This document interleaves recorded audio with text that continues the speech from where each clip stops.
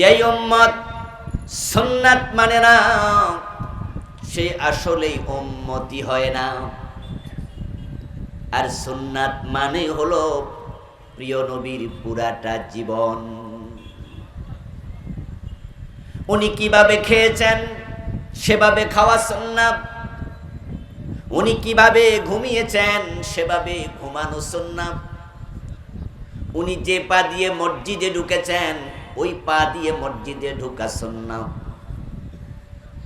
উনার পুরাটা জীবন আমাদের জন্য আদর্শ, তাই উনার জীবনী সম্পর্কে আমাদেরকে জানতেই হবে। নবীজি সাল্লাল্লাহু আলাইহি ওয়াসাল্লামকে জানার পর যে ব্যক্তি মানবে, নবীজি সাল্লাল্লাহু আলাইহি ওয়াসাল্লাম বলেছেন ওই ব্যক্তি নবীজির সাথে জান্নাতে প্রবেশ করবে। আমরা সবাই জান্নাতে যেতে চাই না? আমরা জান্নাতে যেতে চাই। জান্নাতে যাওয়ার জন্যই এত আয়োজন। একজন মুমিনের জীবনের সকল কাজের লক্ষ্য একটাই, আল্লাহর জান্নাত। আমরা জান্নাতের জন্যই শীতের ফজরে আমরা নামাজ কাজা করি না। উত্তরবঙ্গে তো মাঝে মাঝে খুব শীত পড়ে, তখন দেখা যায় যে শীতকালে ফজরের টাইমে পানি ঠান্ডা, উজু করা বড় কষ্ট, এরপরেও কি আমরা নামাজ কাজা করি? পৃথিবীর কিছু দেশ আছে যেখানে বরফ পড়ে তুষারপাতের কারণে, সেখানে হিম শীতল ঠান্ডা, এবং মুখ থেকে থুতু বের করে থুতুটা জমিনে পড়ার কয়েক সেকেন্ড, 1-1.5 মিনিট, একটু সময়ের ভিতরে থুতুটা বরফ হয়ে যায়। -20, -30। ওখানে আমি একটি ভিডিওতে দেখেছি বরফ ভেঙ্গে বরফ গলা পানি দিয়ে আল্লাহর এক বান্দা ওযু করতেছে।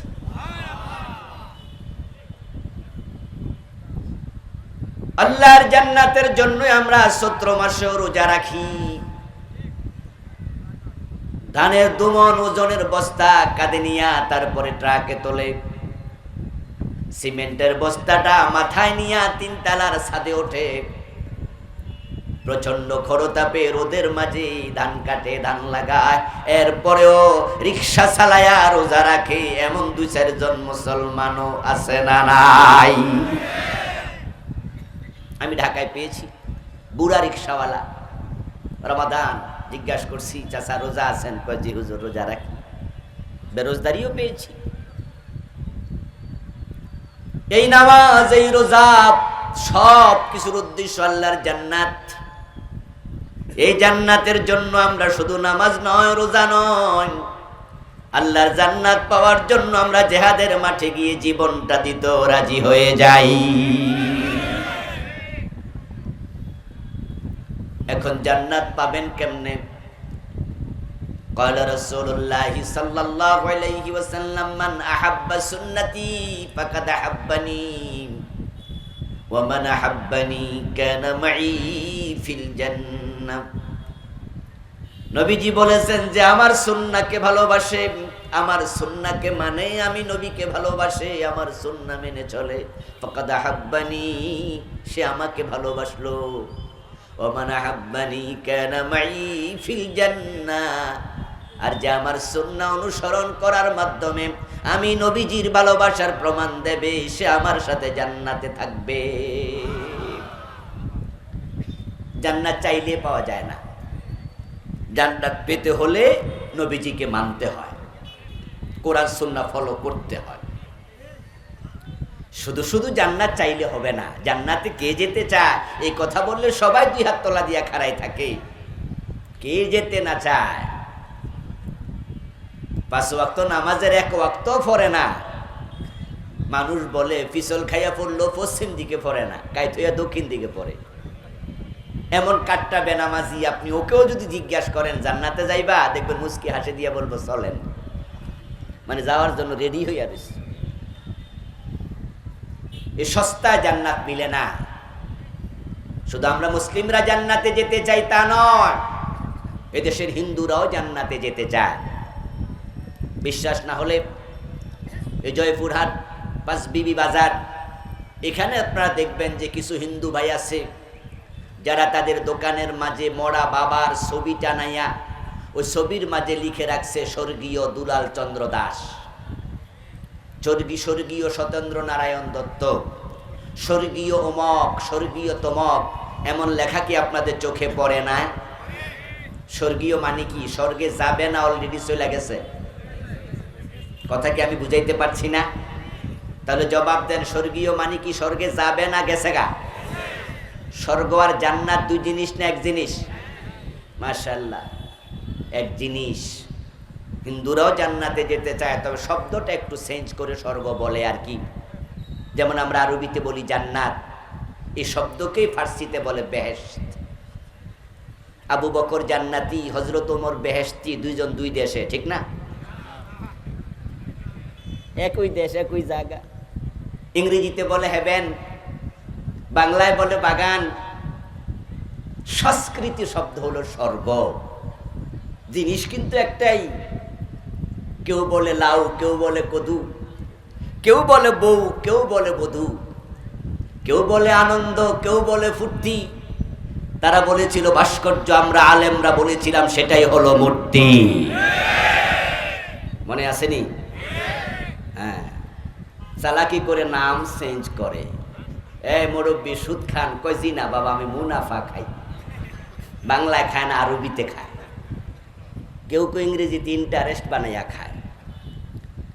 প্রিয় ভাইয়েরা, স্বর্গ আর জান্নাত এক জিনিস, ভাস্কর্য এবং মূর্তি যেমন একই জিনিস, কিন্তু কিছু নাদান এটা বুঝতে চায় না। আমরা আলেমরা বলেছিলাম যে মূর্তি বানায়ও না। বঙ্গবন্ধুকে বাংলাদেশের মানুষ এমনিই ভালোবাসে। এই দেশ স্বাধীন হওয়ার পিছনে উনার ভূমিকা ছিল, এটা আমরা অস্বীকার করি না। আমরাও তাকে শ্রদ্ধা করি, তাই বলি কি মূর্তি বানাইতে হবে? শাহজালালের বাংলায় মূর্তির বাংলাদেশ এটা হবে, এটা তো আমরা মুসলমানরা পছন্দ করি না। শাহজালাল রহমতুল্লাহ আলাইহি তো মূর্তি বানাতে আসেন নাই, ভাঙতে এসেছিলেন। আমরা ইব্রাহিমের সন্তান, ইব্রাহিম তো মূর্তি বানায় নাই, মূর্তি ভেঙেছেন। মক্কা বিজয়ের পর নবীজি মুহাম্মদ সাল্লাল্লাহু আলাইহি ওয়াসাল্লাম মক্কার ভিতরে বাহিরে রক্ষিত 360টি মূর্তি নবীজি রেখেছেন না ফেলে দিয়েছেন? জাল হাক্কু ওয়া যাহাকাল বাতিল ইন্নাল বাতিলা কানা যাহুকা বলে বলে হাতে লাঠি দিয়ে মূর্তিগুলো তিনি কাবার ভিতর থেকে ফেলে দিয়েছিলেন। আমরা আলেমরা বলেছি মূর্তি বানায়ও না, দরকার নাই ভাস্কর্য। তারা বলছে হুজুর এটা মূর্তি না তো, এটা আমরা ভাস্কর্য বানাইতেছি, অসুবিধা নাই। তারা এলাকার অর্ধশিক্ষিত মানুষকে হাইকোর্ট দেখাইছে, মনে করছে আমরা বুঝি না ভাস্কর্য আর মূর্তি। আমাদের কথা না শুনে ঠিকই বড় বড় মূর্তি তারা বানাইছে।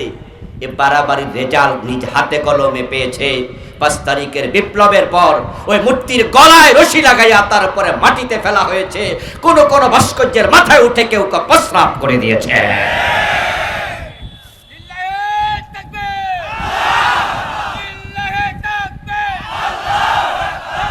প্রিয় ভাইরা, বাড়াবাড়ির ফলাফল কখনোই ভালো হয় না। এই মূর্তিগুলো এভাবে না বানাইলে বঙ্গবন্ধু মরে গেছে, মরা মানুষটার এত বেজ্জতি হইতো না। যাই হোক, বলছিলাম হিন্দু মিয়াও স্বর্গে যেতে চায়, তাই বাবার নামের আগে স্বর্গীয় লিখেছে। কিন্তু ইসলাম বলে, আমরা বলি ঈমান না থাকলে স্বর্গে যাওয়ার কোনো সুযোগ নাই। জান্নাতে যেতে হলে ঈমান লাগবেই, নবীজির আদর্শ অনুসরণ করিতেই হবে, এর কোনো বিকল্প নাই। জান্নাত চাইলে পাওয়া যায় না রে বাপ। জান্নাত পেতে হলে কিছু ক্রাইটেরিয়া ফলো করতে হয়। আল্লাহ তাআলা রাসূল আমাদেরকে বলছে, জান্নাতে যেতে যদি চাও আমার সুন্নাহ অনুসরণ করো, আমাকে মানো। নবীজিকে অনুসরণ না করলে জান্নাত মিস হয়ে যাবে। নবীজি অন্য হাদিসে এটা বলেছেন, কুল্লু উম্মতি ইয়াদখুলুনাল জান্নাতা ইল্লা মান আবা। আমার সকল উম্মত জান্নাতে যাবে, তবে অস্বীকারী উম্মত জান্নাত পাবে না। কিলা মান আবা ইয়া রাসূলুল্লাহ, কোন একজন সাহাবী জিজ্ঞাসা করলেন, হে আল্লাহর নবী, অস্বীকারী উম্মত আবার কে? রাসূলুল্লাহ জবাব দেন, মান আতাআনি দাখালাল জান্নাহ ওয়া মান আসানি ফাকাদ আবা, যে আমার অনুসরণ করে জীবন চালাইছে সে জান্নাতে ঢুকবে, যে আমি নবীর অনুসরণ করে নাই সে অস্বীকারী উম্মত। উম্মত দাবি করলেও লাভ নাই, সে জান্নাত পাবে না। কুলিন কুনতুম তুহিব্বুনাল্লাহ ফাত্তাবিউনি, আল্লাহর ভালোবাসা পেয়ে জান্নাতে যেতে চাও, আমাকে অনুসরণ করো, আমাকে মানো। আপনাদের কাছে আমি একটু জিজ্ঞাসা করি, জবাব দিন উত্তর জানা থাকলে। বর্তমানে রাসূলকে মানার লোক সমাজে খুব বেশি না খুব কম? উত্তর সঠিক। আমরা নবীজিকে মানছি না অনেকেই। আপনি মসজিদে যাচ্ছেন ঠিকই, রাসূলকে মসজিদে মানছেন, নামাজ কালাম পড়ছেন, নামাজি মানুষ নিজের মেয়েটা বোরকা ছাড়া কলেজে যায়, নিজের বউটা পর্দা করে না, তাহলে আপনি মসজিদে রাসূলকে মানছেন, কিন্তু পারিবারিক জীবনে রাসূলকে আর মানছেন না। আপনি হজ করেছেন ঠিক, অথচ আপনি সুদে টাকা লাগান, অথবা সুদে টাকা এনে আপনি বাড়ি বানাইছেন, বা সুদে টাকা এনে আপনি গাড়ি কিনেছেন, সুদে টাকা এনে ছেলেকে বিদেশ পাঠিয়েছেন, সূর্যে খায়, সূর্যে দেয়, সূর্যে লিখে, সূর্যের সাক্ষী যে থাকে, সমান অপরাধী অপরাধী। অর্থনৈতিক জীবনে রাসূলের সাথে আর আপনার মিল হলো না। নবীজি সাল্লাল্লাহু আলাইহি ওয়াসাল্লামকে না মানলে জান্নাত নাই। আর নবীজিকে মানার মতো লোক সমাজে বড়ই কম, যার কারণে উম্মতের মাঝে বর্তমানে জান্নাতীর সংখ্যাও কম। আমার রাসূল এই কথা 1450 বছর আগে বলেছেন, তাফতারিকু উম্মতি আলা 73 মিল্লাতান কুল্লুহুম ফিন্নারি ইল্লা ওয়াহিদা। নবীজি ভবিষ্যৎবাণী করেছে, আমার উম্মতগুলো 73 দলে ভাগ হয়ে যাবে। কয় দলে? কথা বলতে হবে প্রিয় ভাইয়েরা, কয় দলে? তার মাঝে জান্নাতি হবে কয় দল? আর 72 দল কোথায় যাবে? তাহলে জান্নাতি বেশি না জাহান্নামী বেশি? উম্মতি উম্মতি তাফতারিকু উম্মতি, আমার উম্মত, আমার উম্মত। রাসূল উনার উম্মতের কথা বলছেন। নবীজির উম্মতের ভিতরে 72 দল জাহান্নামী হবে, কারণ তারা উম্মত দাবি করবে কিন্তু বাস্তব জীবনে রাসূলুল্লাহকে অনুসরণ করবে না। নবী মুহাম্মদ সাল্লাল্লাহু আলাইহি ওয়াসাল্লামের অনুসরণ যে আমরা করি না, তার সবচেয়ে প্রমাণ তো হচ্ছে আমাদের দেশের সংবিধান। এই সংবিধান 54 বছর ফলো করে বাংলাদেশ চালানো হচ্ছে, অথচ আল্লাহর কোরআন থাকতে তো ডক্টর কামাল মিয়ার সংবিধান কোনো প্রয়োজন ছিল না। এই কোরআন দিয়ে তো আমাদের দেশ চলার কথা ছিল। আমরা তো 92% মুসলিম।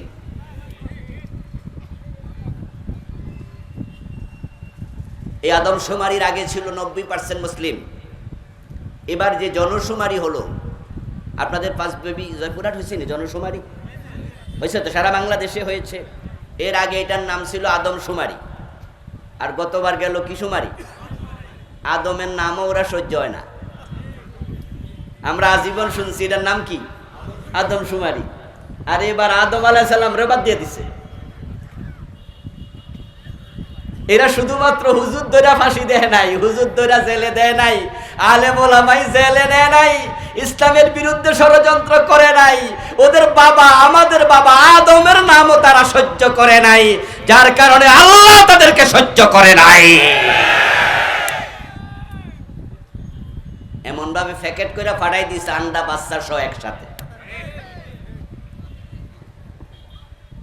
এইরকম 300 এমপি একসাথে ফলায়, এই উদাহরণ মনে পৃথিবীর কোন দেশে নাই। এটা ইউক্রেনেও নাই। ও আজ অর্ধেক মাঠ হেঁটে করে লাইতেছে। কয় শুধুমাত্র 300 এমপি বলায় নাই, বাইতুল মোকাররমের খতিব সহ ফলাইছে। দালালদের এমনই হয়, যারা দালাল তারা বেজ্জতি হয়।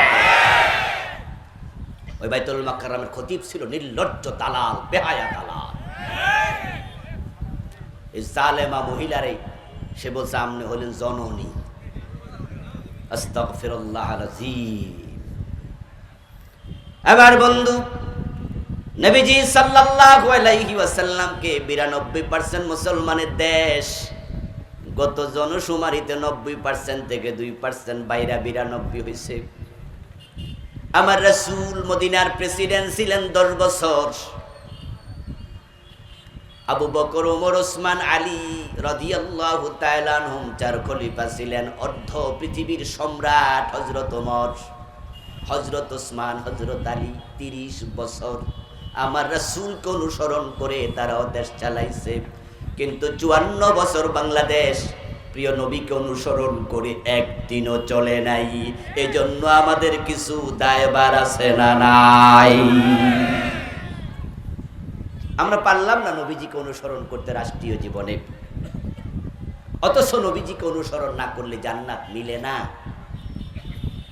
অনুসরণ হচ্ছে আংশিক, আমরা আংশিক অনুসরণ করছি, তাও আংশিক বলতে যত সামান্য। ইসলামের বাংলাদেশে 10%ও নাই।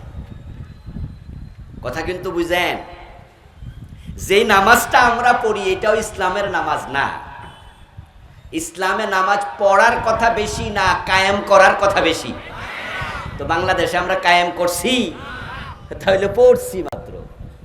এই নামাজের যে বিধান, আজান হওয়ার সাথে সাথে দোকান বন্ধ করো। ইযা নুদিয়া লিস-সালাতি মিন ইয়াউমিল জুমুআহ ফাসআউ ইলা যিকরিল্লাহি ওয়া দারুল বাই। বেচাকেনা বন্ধ করো, অফিস আদালত বন্ধ করো, আজান হবে জুমার দিন, সব বন্ধ হয়ে যাবে। কিন্তু বাইতুল মুকাররমে গেল দেখবেন জাতীয় মসজিদ, বড় বড় বাংলাদেশের মার্কেটের মসজিদগুলো দেখবেন যে উপরে নামাজ চলে, নিচতলায় দোকানে বেচা কেনাও চলে।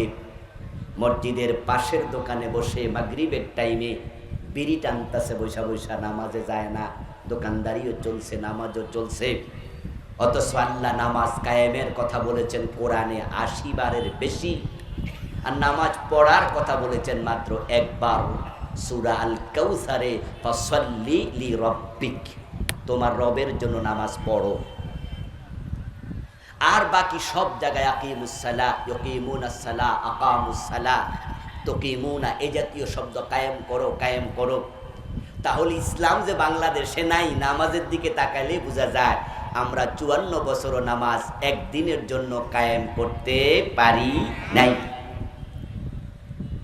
এরপরে ইসলামের তৃতীয় রকম হচ্ছে যাকাত। নামাজের পরে যাকাত।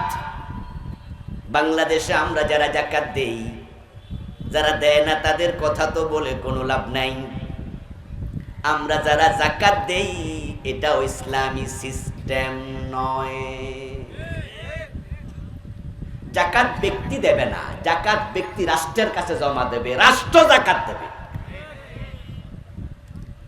এই যে আমরা যে গরিবদের কাছে যাকাত দেই, কেউ কেউ মাইকিং করেও গরিবদেরকে ডাকি, তারপর লাইন ধরে যাকাত দেই, এটা ইসলামী সিস্টেম না।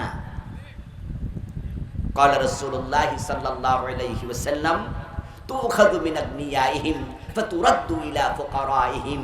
যাকাতের নিয়ম হচ্ছে ধনীদের থেকে যাকাত উসুল করবে রাষ্ট্র, তারপর যাকাত এই গরিবদের কাছে নিজ দায়িত্বে পৌঁছাবে।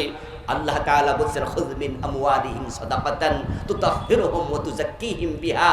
ও নবী, আপনি ধনীদের থেকে যাকাত গ্রহণ করুন, যাকাত দিতে বাধ্য করুন। আমাদের দেশে 54 বছরে রাষ্ট্রীয়ভাবে যাকাত তোলা হয়েছে কয়দিন? চুপ থাকবেন না, কথা বলুন, তোলা হয়েছে কয়দিন? নবীজির সিস্টেম কি এটা ছিল? নবীজিকে আমরা যাকাতেও মানি না। আমার বন্ধুদের জন্য বলছি, 10% ইসলাম এই দেশে নাই, তো জান্নাত খোঁজেন কেমনে? নবীজি সাল্লাল্লাহু আলাইহি ওয়াসাল্লাম কোন অনুসরণ না করলে তো জান্নাত নাই, জান্নাত কপালে নাই। বড় সেনসিটিভ বিষয়। স্বপ্ন দেখা ভালো, তবে দিবা স্বপ্ন ভালো নয়। জান্নাতের স্বপ্ন আমরা যেভাবে দেখছি এভাবে জান্নাত পাওয়া বড় কঠিন। আমাদের দেশের ইসলামটা হচ্ছে হাতির লেজের মতো। কিসের লেজ? হাতির লেজ। শিক্ষক ক্লাসে হাতির রচনা পড়ালো। হাতির রচনা পড়াইয়া সপ্তাহখানেক ধরে ছাত্রদেরকে হাতির বডির স্ট্রাকচারটা শিখালো। রচনা শেষ করে শিক্ষক এবার ছাত্রদের মাঝে একজনকে বলল, আমি যতদিন ধরে হাতির রচনা পড়ালাম, আমার পড়ানো থেকে এলেম কালাম শিখে কেউ কি চক দিয়ে ব্ল্যাকবোর্ডে হাতি আঁকতে পারবে? এক ছেলে বলো, হুজুর আমি পারবো, কারণ আপনি যে বলছেন হাতির 4টা পা আছে, পাগুলো এমন, ঠোঁটটা তার সুরটা এমন, তার দাঁতগুলো এমন, আর হুজুর আমি হাতি দেখছি, এজন্য আমি চাইলে হাতি আপনার সামনে আঁকিয়ে দিতে পারবো। টিচার বলল, ঠিক আছে ব্ল্যাকবোর্ডে আসো। ওই ছাত্র ব্ল্যাকবোর্ডে গেল, হাতি আঁকতে যাবে। যেই মাত্র ব্ল্যাকবোর্ডে চক বসালো, শিক্ষক বলল, এই বেটা থাম, হাতি আঁক, কিন্তু হাতির ফিট আঁকবি না। তো ছাত্র ভাবলো তাহলে প্যাড দিয়া শুরু করি। আবার যখন ব্ল্যাকবোর্ডে চক বসাবে, ছাত্র টিচার বলছে, না না প্যাড কিন্তু আঁকা যাবে না। তো ছাত্র ভাবলো তাহলে ঠ্যাং আঁকি, পা আঁকি। টিচার আবার বলছে, না না না পাও আঁকা যাবে না। তো ছাত্র ভাবলো তাহলে মুখটা আঁকি। তো ব্ল্যাকবোর্ডের সামনে গিয়ে সুর আঁকবে, টিচার বলে, না মাথা আঁকা যাবে না। তো ছাত্র ভাবলো চোখ দিয়া শুরু করে, নো নো চোখও আঁকা যাবে না। তো ছাত্র বলে, স্যার মুখও আঁকা যাবে না, চোখও আঁকা যাবে না, মাথাও আঁকা যাবে না, পেটও আঁকা যাবে না, পাও আঁকা যাবে না, পিঠও আঁকা যাবে না, তাহলে লেজার আঁকলেন কি? লেজের নাম তো হাতি না।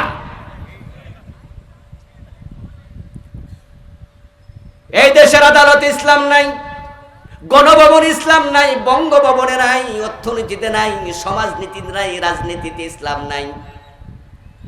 আপনি দেশের কোথাও ইসলামের প্রকৃত ডিজাইন পাবেন না। শুধু টুপি আর দাড়িওয়ালা আছে, আজান হলে মসজিদে নামাজওয়ালা পাওয়া যায়। এই 3-4-5টার নামও ইসলাম না। ইসলাম হলো কমপ্লিট কোড অফ লাইফ। ইসলাম হলো পরিপূর্ণ জীবন বিধানের নাম। এখন আমরা যে ইসলাম বাংলাদেশে পাইতেছি, এটা লেজওয়ালা ইসলাম, হাতির লেজওয়ালা ইসলাম। এখন আমরা যারা এই জাতীয় ওয়াজ করি, কিছু কিছু শ্রোতা মাঝখানে বইয়া কয়, এই হুজুররাই শুধু ইসলাম বুঝলো, আমাদের ফির সাহেবরা কি বোঝে নাই? তাহলে আমাদের ফির সাহেব হুজুরদের এই ডিজাইন ওয়াজ করে না। অধিক্য ইসলাম দেখতে দেখতে পূর্ণাঙ্গ ইসলামের কথা যারা বলে, তাদেরকে বলো হুজুর রাজনীতি করে। পূর্ণ ইসলামের কথা শুনলে অনেকের কাছে ভালো লাগে না। গরিব বাবা কখনো একটা ইলিশ মাছ আস্তা কিনে বাড়িতে আনতে পারে নাই। বাজারে যায় ইলিশের খন্ড খন্ড ইলিশ কিনে। আমাদের কাউরান বাজার ঢাকা টুকরা টুকরা ইলিশ বিক্রি করে। গ্রামে গঞ্জে করে কিনা আমি জানি না, আমার চোখে খুব একটা পড়েনি, তবে ঢাকায় পড়েছে। ওই গরিব রিক্সাওয়ালা ঢাকায় থাকে, কখনো 2 টুকরা, কখনো 3 টুকরা, কখনো 4 টুকরা ইলিশ কিনে নিয়ে যায়। একদিন তার ভালো পয়সা হয়েছে, আজকে পুরা একটা ইলিশ কিনে বাড়িতে নিছে। পোলাপান্ডে ডাকছে, ডেকে বলে, আয় আয় আয় ইলিশ দেখে যা। পোলাপান দেখে বিশ্বাস করে না ইলিশ। পোলাপান তো আজীবন কি দেখছে? এখন আজকে পুরা ইলিশ দেখে বাবার সাথে ঝগড়া লাগছে, তর্ক লাগছে, বাবা এটা তো ইলিশ না। বাপে যতই বুঝায়, পোলাপান তো বিশ্বাস করে না, কারণ আজীবন তো টুকরা দেখছে। খণ্ডিত ইসলাম দেখে আপনারা ভুলে আছেন প্রকৃত ইসলাম। যারা পুরা ইসলামের কথা বলে ওদেরকে রাজাকার মনে হয়, মৌলবাদী মনে হয়। প্রিয় ভাই,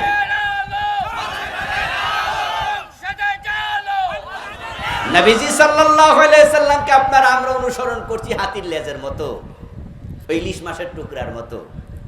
অনুসরণ করছি না তা নয়, ওই লেজটাও কিন্তু হাতিরই অংশ, টুকরাটাও কিসের অংশ? ইলিশ মাছেরই অংশ। আমরা মানছি এরকম। আমরা যখন মসজিদে যাই সকলে কোন পা দেই? যারা চুপ করে আছেন তারা কোন পা দেন? তো কথা কম কিছু। আমরা মসজিদে কোন পা দেই? বের হতে কোন পা? নামাজ শুরু করি আল্লাহু আকবার দিয়ে, নামাজ শেষ করি আসসালামু আলাইকুম ওয়া রাহমাতুল্লাহ বলে। আমার রাসূলকে আমরা দেখেন কিভাবে মানি। সবাই মিলে ডান পা দিলাম, মসজিদে বের হলাম বাম পা দিয়ে, তাকবীর দিয়ে নামাজ শুরু, তাসলিম দিয়ে নামাজ শেষ। মাগরিবের নামাজের ফরজ 3 রাকাত। ইমাম যদি 2 রাকাত পরে সালাম ফিরিয়ে দেয়, আমরা সালাম ফিরাবো না লোকমা দেব? ইমাম যদি আপনার বাবা হতো তাও লোকমা। ইমাম যদি পীর, আমরা হই মুক্তাদি। যদি তিনি মাগরিবের ফরজ 2 রাকাত পরে সালাম ফিরায়, মুরিদেরা সালাম ফিরাবে না ফিরকেও লোকমা দেবে। কারণ আমরা পীর মানি না, বাবা মানি না, ইমাম মানি না, আমরা মানি একজন, তিনি মুহাম্মাদুর রাসূলুল্লাহ। লাকাদ কানা লাকুম ফি রাসূলিল্লাহি উসওয়াতুন কুল ইন কুনতুম তুহিব্বুনাল্লাহ ফাত্তাবিউনি। ও নবী, আপনি বলুন, তোমরা যদি আল্লাহর ভালোবাসা পেতে চাও তাহলে আমাকে অনুসরণ করো। এখন নবীকে অনুসরণ করা মানে আল্লাহকে অনুসরণ করা। মান ইউতির রাসূলা ফাকাদ আতাল্লাহ। কোরআনে আল্লাহ বলেন যে আমার রাসূলকে মানলো সে যেন আমি আল্লাহকেই মানলো। আমরা ইমাম সাহেবের লোকমা দিয়ে দেব। ইমাম সাহেব ভুল করছে, মাগরিবের ফরজ 3 রাকাতের জায়গায় 2 রাকাত পড়ছে, আমরা মানি না, লোকমা দিয়ে বুঝাইলাম আমনের সাথে আমরা আপাতত আর নাই, আপনি ভুল করছেন, লোকমা দিলাম। এখন এই লোকটাই মাগরিবের নামাজ পড়ার পর দোকানে যখন বসে, সে ব্যবসায়ী, মাগরিবে ডান পা দিয়ে ঢুকলো, বাম পা দিয়ে বের হলো, নবীকে মানলো, কিন্তু ব্যবসায়ের জায়গায় এসে ওজনে কম দিল, মালে বেজাল দিল, তখন রাসূলের অনুসরণের কথা আর মনে। আপনাদের জয়পুরহাটে জজকোর্ট আছে না? ওই জজকোর্টে নামাজি বিচারক 2-4 জন আছে কিনা? এমন বিচারকও আছে যারা 5 ওয়াক্ত নামাজ।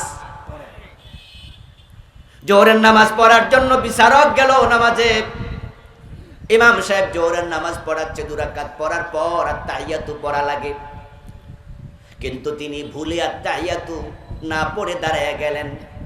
পিছন দিয়া সবাই লোকমা দিল, জজ সাহেবও লোকমা দিল। কারণ আমরা মাসআলা জানি 4 রাকাত বিশিষ্ট নামাজে 2 রাকাতের পর আত্তাহিয়াতু পড়া ওয়াজিব। ইমাম ভুল করেছে, আমরা লোকমা দিলাম। ইমাম সাহেব ভুল সংশোধন করলেন, তারপর তিনি সাউ সিজদা দিয়া নামাজ শেষ করলেন। জজ সাহেব গিয়া এজলাসে তার চেয়ারে বসলো। এবার চুরির মামলার শুনানি। এখন চুরির মামলার শুনানি যখন তিনি দেন, তখন চোর ধরে হাত কাটার আদেশ দেয় না জেল দেয়? সাহেব কি তরক করছে? দেখেন, রাসূল মানে না তা নয়, নামাজে গেছে আর মনে পড়ছে আমার রাসূল তো 2 রাকাত পরে বইছে, ইমাম সাহেব বসে নাই, না ইমামরে একটা লোকমা মেরে দিতে হবে, ওয়াজিব তরক করেছে। কিন্তু এজলাসে বসে 40 বছর মামলার রায় দেয়, আল্লাহর কোরআন দিয়ে রাসূলের হাদিস দিয়ে একটা রায়ও দেয় না। ওই জজের অন্তরে কোনো চিন্তাও নাই, টেনশনও নাই, অধিক ইসলাম দিয়ে জান্নাত পাওয়া যায় না। উদখুলু ফিস সিলমি কাফা।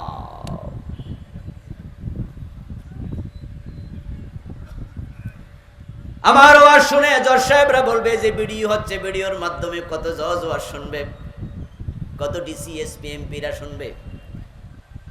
বছর 2 আগে কুমিল্লা দেবিদ্বার অঞ্চলে এক মাহফিলে আমার আগ দিয়ে সভাপতি সাহেব কথা বলছিলেন। আমি তো আর ওনাকে চিনি না, কিন্তু ওনার নাম ঘোষণা দেওয়ার আগে এলাকার লোকেরা বলতেছে অমুক মন্ত্রণালয়ের সচিব। আমি তো ভালো করে তাকাইলাম, আরে খাইছি, তাহলে তো আজকে আমার ভাগ্য ভালা, আজকে সরাসরি সচিবেরও আর শোনানো যাইব কিছু। সচিব সাহেব বক্তৃতা দিতে উঠে বলতেছে যে হুজুর তো আমাকে চিনে না, কিন্তু হুজুরকে আমি চিনি, আজকে আসতে আসতো গাড়িতে হুজুরের ওয়াজ শুনতে শুনতে আসছি। আমার মনটা খুব ভালো লাগলো, আলহামদুলিল্লাহ। এ জাতীয় ভিভিআইপি পার্সনকে আমরা মাহফিলে শ্রোতাদের কাতারে যদি নাও পাই, এই ইউটিউবগুলোর কারণে, ফেসবুকের কারণে, ভিডিওর কারণে এগুলো ওদের কানেও পৌঁছে, এটা ভালো। এখন জজ সাহেব ওয়াজ শুনবে আমার, শুনে উনি বলবে হুজুর আমাকে বলতেছে আমি নাকি চোর ধরে হাত কেটে দিতাম, এটা ফরজ। আমি মসজিদে ইমাম সাহেবের লোকমা দিছি, কিন্তু আদালতের চেয়ারে বসে আমি চোর ধরে হাত কাটি নাই, এজন্য আমি নাকি ফরজ তরক করছি। এই হুজুর আমার দোষ দিল, এখন আইনের বইতে লেখা আছে চোর ধরে হাত কাটো, জেলে দাও। তা আমি তো জজ, আমি তো আইনের বাইরে রায় দিতে পারি না। তো আমার দোষটা কি? হুজুর যা আমার দোষ দিল, আমি মসজিদের লোকমা দেই, এখানে এসে আমি আল্লাহর আইন মানি না, তো আমার দোষ কি? আমি তো আইনের বই দেখে রায় দেই। এ কথা শুনে আপনাদের কাছেও মনে হবে জজের কথা তো ঠিক, তাহলে হুজুরে জজের দোষ দেখেন, এটা তো আইনের বইতে লেখা আছে। এবার আমি আপনাদের বলি দোস্ত, যে জজ আইনের বই দেখে রায় দেয় তিনি কি বাংলাদেশের নাগরিক না? তাহলে সরকার বানানোর পিছনে ওনার ভোট আছে না নাই? ওনার বুদ্ধি আছে না নাই? তাহলে যেই সরকার আল্লাহর আইনে রায় দেয় না, ওই সরকার পাল্টানোর জন্য জজকেও চেষ্টা করতেই হবে।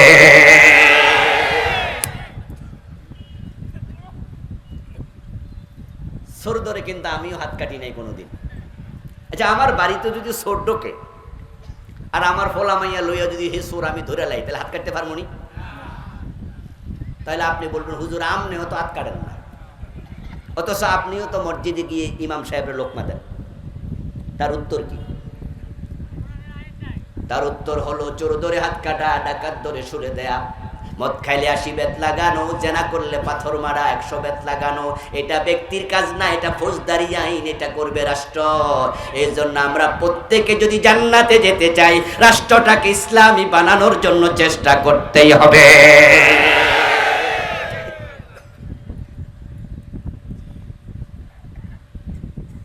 মা ইয়ালফিযু মিন কাওলিন ইল্লা লাদাইহি রাকীবুন আতীদ। মানুষ মুখ দিয়ে যত কথা বলে একটা শব্দ বাদ যায় না, সব আমলনামায় রেকর্ড হয়। হাসরের ময়দানে আল্লাহ তাআলা আমি বলবো, আল্লাহ দেশটা ইসলামী করতে পারি নাই, এর আগে আমি মরে গেছি, তবে আমার আমলনামায় দেখো আমি তোমার আইনের পক্ষে কথা বলেছি। লা ইউকাল্লিফুল্লাহু নাফসান ইল্লা উসআহা। আল্লাহর ঘোষণা হলো আমি কাউকে সাধ্যের বাহিরে কোনো কাজে বাধ্য করি না। এজন্য জান্নাত পেতে হলে তোমাকে রাসূলকে পরিপূর্ণ মানার স্বপ্ন দেখতে হবে, ইসলামী রাষ্ট্র বানানোর জন্য চেষ্টা করতে হবে। চেষ্টা করতে করতে মরে যাও, রাষ্ট্র কায়েম না হলো তুমি জান্নাত পেয়ে যাবে।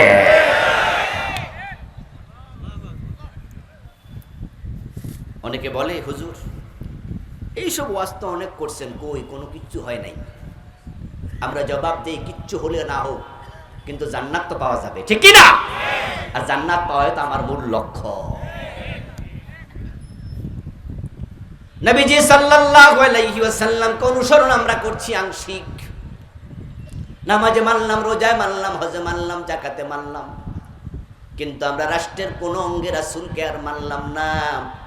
শিক্ষা ব্যবস্থায় নবীর আদর্শ নাই, অর্থনীতিতে নবীর আদর্শ নাই, সমাজনীতিতে নবীর আদর্শ নাই। আপনি ঘর থেকে বের হওয়ার পরে রাস্তায় যাবেন, বেপরদার পরিবেশের কারণে চোখ হেফাজত করা যায় না। পর্দার পরিবেশ নাই। রোজার দিন, রোজার দিন রোজা রেখে ঘর থেকে বের হয়েছেন, যদি আপনি জয়পুরহাট যান, পাঁচবিবি বাজারে আসেন, বাজার থেকে বাড়ি যাওয়ার পরে রোজা যে কয়টা ছিদ্র হয় আল্লাহ জানে। আর যাদের অফিসের বস মহিলা, এদের রোজা তো ছিদ্রের অভাবই নাই। অফিসের বস যদি মহিলা হয় আর এবেডি লিপস্টিক দিয়া মাথা চুল ছাইরা অফিসের চেয়ারে বসে আপনারে ডাক মারে, আপনি সামনে যাওয়া লাগবে না? সামনে গেলে সে কথা বললে নিচের দিকে তাকায় থাকলে চাকরি থাকবো তো? সে বলবে এই, আপনি বলেন জি ম্যাডাম, জি ম্যাডাম, এই যে তাকাইছেন রোজা ছিদ্র হওয়া শুরু। আস-সাওমু জান্নাতুন মা লাম ইউখরাক। নবীজি বলছেন রোজা হলো ঢাল স্বরূপ, তবে যতক্ষণ না ভেঙে যায়, ছিদ্র হয়। ইউখরাকুস সাওমু বিল গীবাতি ওয়াশ শাতামি ওয়াল কিযবি ওয়াল খিয়ানাতি বিল আ'য়ুন। ফাতুল বারী প্রণেতা ইবনুল হাজার আসকালানী রাহিমাহুল্লাহ এই হাদিসের ব্যাখ্যায় লিখেছেন, যখন কেউ রোজা রেখে মিথ্যা বলে রোজা ছিদ্র হয়, রোজা রেখে গীবত করে রোজা ছিদ্র হয়, রোজা রেখে যখন চোখের খেয়ানত করে, পর্দা লঙ্ঘন করে, রোজা ছিদ্র হয়। পর্দার পরিবেশ নাই, জান্নাতে যাওয়া সহজ নয় রে বন্ধু। নবীজি বলেছেন, মান নাযারা ইলা মাহাসিনিল ইমরাতিল আজনুবিয়্যাতি আন শাহওয়াতিন সুব্বা ফি আইনাইহি লানুক ইয়াউমাল কিয়ামাহ। যে ব্যক্তি পরনারীর দিকে শাহওয়াতের নজরে তাকালো, কিয়ামতের দিন তার দু চোখের মাঝে সীসা গলাইয়া দেয়া হবে। নাউযুবিল্লাহ। পর্দার পরিবেশ না থাকার কারণে রাস্তাঘাটে গেলে বেপর্দা নারী কেমনে জানবে? সামনে যাবেন, সামনে বেপর্দা নারী, ডান দিকে মুখ ফিরাবেন, ডানে বেপর্দা নারী, বামে মুখ ফিরাইলে বামে বেপর্দা নারী, উপরের দিকে তাকাবেন, ছাদের উপরে আরেকজন। 100 টাকা দিয়ে আয়না কিনবেন, চেহারা দেখবেন বটে, এই জন্য বাজারে আয়না কিনছেন, বাড়ি যাইয়া আয়না উল্টাইয়া দেখবেন আয়নার পিছনে একজন আছে ফিরি। আসেনি আসেনি আসেনি? আয়নার পিছনে মাইয়া ছবি আমরা কিনতে বাজারে গেছিলাম, ওই বেটারা মাইয়া ছবি দিল কেন? এখানে তো একটা গোলাপ ফুল দিতে পারতো, বাইতুল মোকাররমের ছবি দিতে পারতো, এখানে শহীদ মিনারের ছবি দিতে পারতো, এখানে প্রাকৃতিক ছবি দিতে পারতো না। শয়তান ওদের মাথার মাঝে শয়তানি ঢুকাইছে, এখানেও বেপর্দা নারীর ছবি দিয়ে দিচ্ছে। কোথায় যাবেন? যাওয়ার জায়গা নাই। মনে হলো বসে আছি যেহেতু একটু হুজুরের ওয়াজ শুনি। হ্যাঁ, আমার একটা ওয়াজ লাগাইলেন, তারেক মনোহর ভাইয়ের ওয়াজ লাগাইলেন, দেখবেন যে ওয়াজের মাঝখানে এসব বেড়ি লাভ মারতাছে। কোথায় যাবেন? এই জন্য ইসলামী পরিবেশ ছাড়া ইসলাম মানা কঠিন। নবীজি সাল্লাল্লাহু আলাইহি ওয়াসাল্লামকে আল্লাহ তাআলা পৃথিবীতে পরিবেশটা বানানোর জন্য পাঠাইছে, যেন তার উম্মতগুলো দল বেঁধে জান্নাতে ঢুকতে পারে। জান্নাতে যাওয়ার জন্য ইসলামী পরিবেশ দরকার আছে না? না। এই যে আমরা লেনদেন করি, আমরা হুজুররা, আমিও একটা কামেল মাদ্রাসার মুহাদ্দিস, সরকারি চাকরি করি, এমপিও ভুক্ত। এখন আমার বেতন যখন সরকার জমা দেয় তখন কি ইসলামী ব্যাংকে দেয়? আমার বেতন জনতা ব্যাংকে দেয়। কি অগ্রণী না জনতা? ভুললেও গেলাম, সোনালী নি?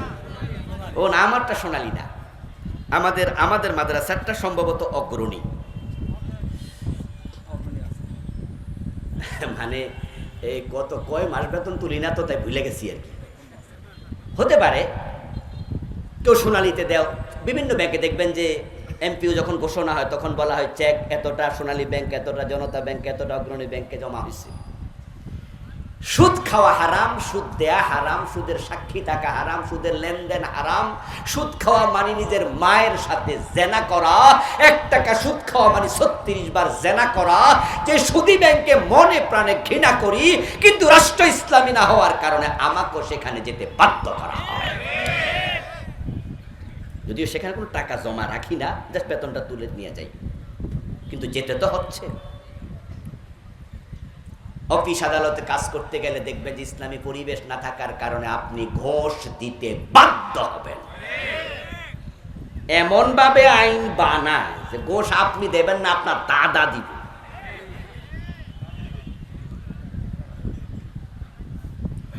বরং শুধু ঘোষ দেবেন না, ঘোষ দিয়ে বেড়ারে সার কইবেন। মনে মনে ভাবতেছেন যে ঘোষ দিয়া যদি কাজ না হয় তাহলে আরেক ঝামেলা। এমন সততা দেখাইব যে সততার ফেরে ফালাইয়া আপনাকে 7 ঘাটের পানি খাওয়াই ছেড়ে দেবে। এ দেশের আইনগুলো বানাইছে যারা, অধিকাংশই বদমাস, চরম বদমাস। ওরা আইন বানানোর সময় বোঝে আইনকে মানতে পারতো না। অধিকাংশের কথা বলছি, 2-4 জন ভালো আছে, ওদের কথা টিকে না। এমন ভাবে আইন বানাবে, ওই আইনের ফেরে আপনি পড়তে হবে। ওমরা করে আসছিলাম, রমাদান মাস চলছে, নামলাম এয়ারপোর্ট ঢাকা। উঠে নেমেই একটা ট্যাক্সি ভাড়া নিলাম, বাসায় যাব। ট্যাক্সিটা এয়ারপোর্ট থেকে বের হইয়া রাস্তার উপরে আসছে, এতে এক পুলিশ সিগন্যাল দিচ্ছে, ট্রাফিক। তো আমার ট্যাক্সিওয়ালা রাস্তার পাশে সাইড করছে, সাইড করে নামছে, নেমে দৌড় মাইরা গেছে। যাইতে দেরি আসতে দেরি নাই, 30 সেকেন্ড 1 মিনিটের ভিতরে দৌড় মাইরা চলে আসছে। আইসা সে গাড়ি আবার স্টার্ট দিচ্ছে। আমি গাড়িওয়ালার জিজ্ঞাসা করলাম, কিরে ভাই, গেলা আর আইলা, ডাকছে কেন? হুজুর ডাকছে কেন 100 টাকার লেগে? মানে 100 টাকা ঘুষ দিলাম, কিচ্ছু জিগায় নাই, চলে আইলাম। আমি বললাম ঘুষ দিলা কেন? তোমার অপরাধ কি? গাড়ির কি লাইসেন্স নাই? কয় হুজুর আছে। তোমার ড্রাইভিং লাইসেন্স নাই? আছে। ডেট ফেল আছে কোনোটা? না হুজুর। তো 100 টাকা কেন দিলা? হুজুর আকাশের তারা যত, পুলিশের ধারা তত। কয় আমি যদি হেরে জিগাইতাম যে স্যার আমারে কেন রাখছেন, তাহলে তার সাথে আমার বার্গেনিং শুরু। এবার সে আমাকে এমন ফেসে ফেলাইবো, তখন 100 দিলে আর কুলাইতে পারতাম না। কত লাগবো? কমপক্ষে 500।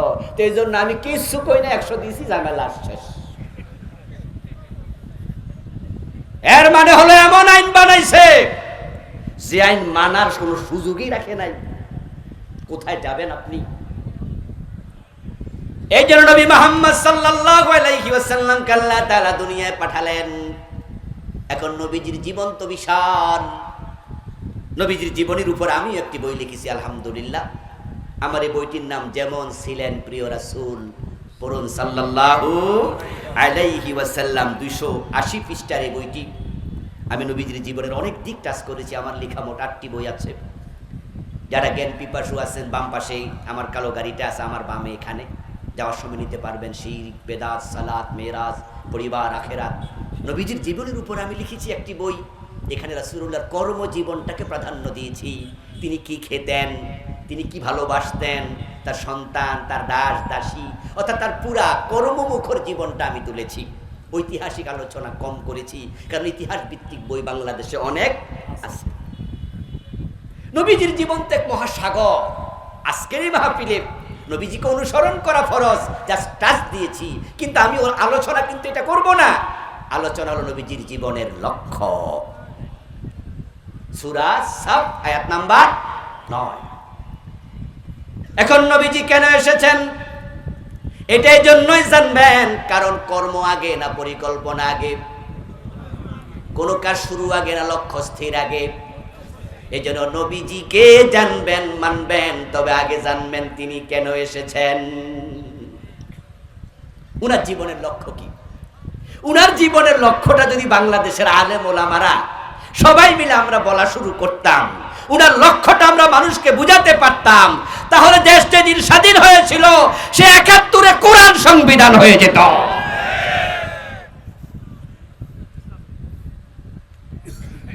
কিন্তু নবীজির জীবনের লক্ষ্য না বুঝার কারণে ৫৪ বছরও হয় নাই। আল্লাহ তাআলা নবীজির জীবনের লক্ষ্য আলোচনা করেছেন পবিত্র কোরআনের 3টি সূরাতে। সূরা সাফ আয়াত নাম্বার 9, সূরা আল ফাত আয়াত নাম্বার 28, সূরা তাওবা আয়াত নাম্বার 33। আয়াত 3টা, সূরা 3টা, কিন্তু মেসেজ হলো একটা, হুয়াল্লাযী আরসালা রাসূলাহু বিল হুদা ওয়া দীনিল হক লিইয়ুযহিরাহু আলা দ্বীনি কুল্লিহি। আল্লাহ তাআলা বলেন, হে নবী, হে দুনিয়ার মুসলমানরা শোনো, তিনি আল্লাহ যিনি তার রাসূলকে কোরআন সহ, হুদা মানে কোরআন, হুদা মানে কি?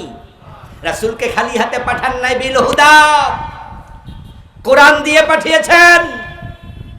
কোরআন পাওয়ার আগে তিনি নিজেকে রাসূল দাবি করেন নাই। হ্যাঁ, কোরআন আসার পরে তিনি বলেছেন ইন্নী রাসূলুল্লাহ, এর আগে নয়। এর আগে উনার নাম ছিল মুহাম্মদ ইবনে আব্দুল্লাহ।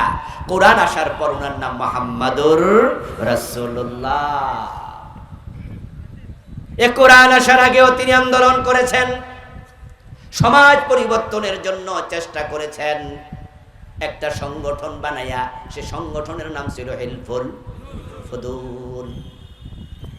মক্কার কিছু মুরব্বী ছিল, যুবকেরা ছিল সেই সংগঠনে। নবীজি সাল্লাল্লাহু আলাইহি ওয়াসাল্লামের বয়স ছিল তখন মাত্র 17 বছর।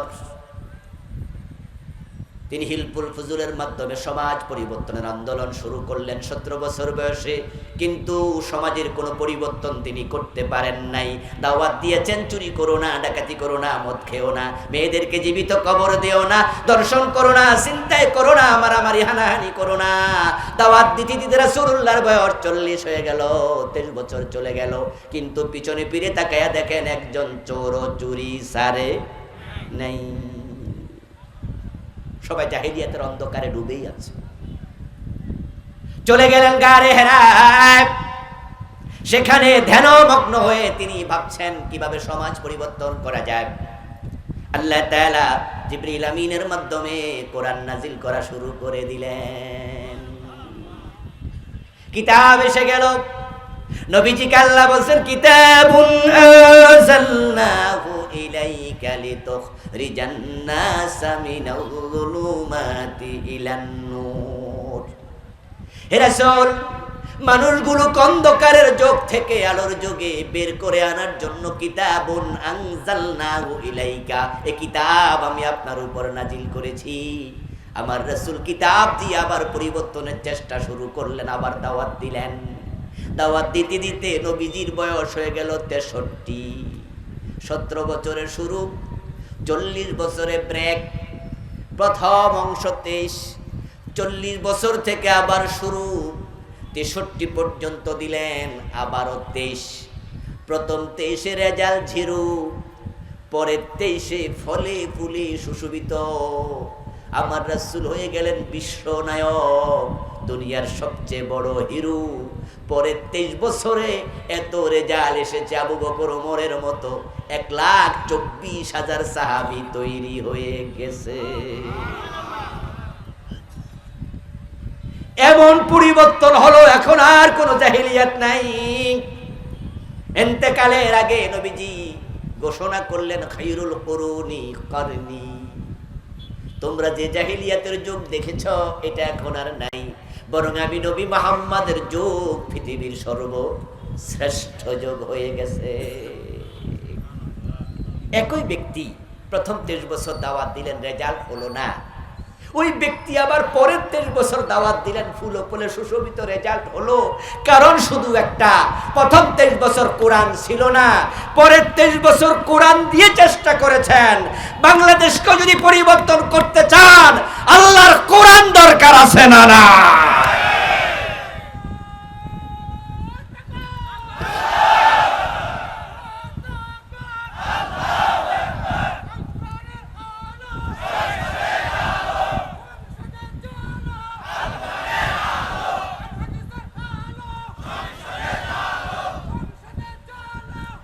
আমার প্রিয় ভাইরা,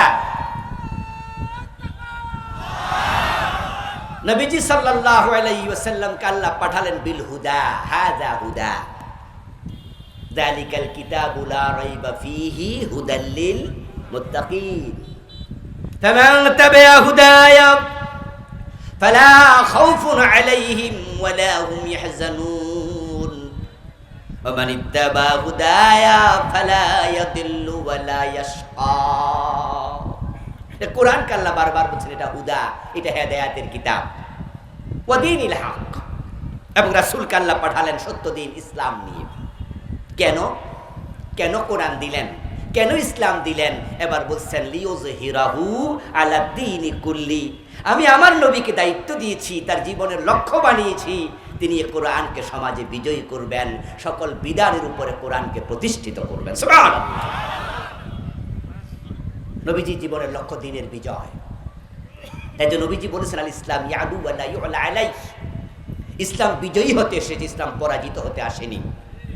নবীজি ইসলামকে বিজয়ী করে রেখে গেছেন। আপনাদের কাছে আমার জিজ্ঞাসা, দয়া করে সবাই একটু মুখ কাজে লাগাইয়া জবাব দেন, বাংলাদেশে বর্তমান ইসলাম বিজয়ী না পরাজিত? যারা বোঝেন সবাই বলেন ইসলাম বিজয়ী না পরাজিত? ইসলামকে বিজয়ী করা দরকার আছে না নাই? আগামীবার আমরা ইসলামকে বিজয়ী করতে চাই, কোরআনকে সংসদে পাঠাতে চাই। আগামীর সংসদ কোরআনের সংসদ হোক। কে কে চান হাত তুলে দেখা। নারায়ে তাকবীর।